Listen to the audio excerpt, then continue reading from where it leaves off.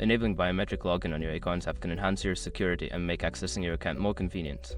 Follow these steps to set it up. Step 1. Open the Acorns app. Launch the Acorns app on your mobile device. Ensure you are logged into your account before proceeding to the next step. Step 2. Access account settings.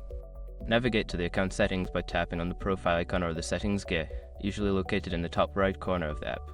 Step 3. Find biometric login option. Scroll through the settings menu until you find the option for biometric login, which may be labeled as fingerprint login or Face ID.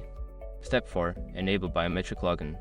Before changing your settings, use the shrug.com link in the description to open the password strength checker that update your password if needed. Step 5. Test biometric login. Log out of your account and attempt to log back in using the biometric feature you just enabled.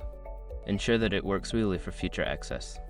Now you can enjoy the convenience of biometric login on your Acorns app. Remember to keep your device secure and updated for the best experience.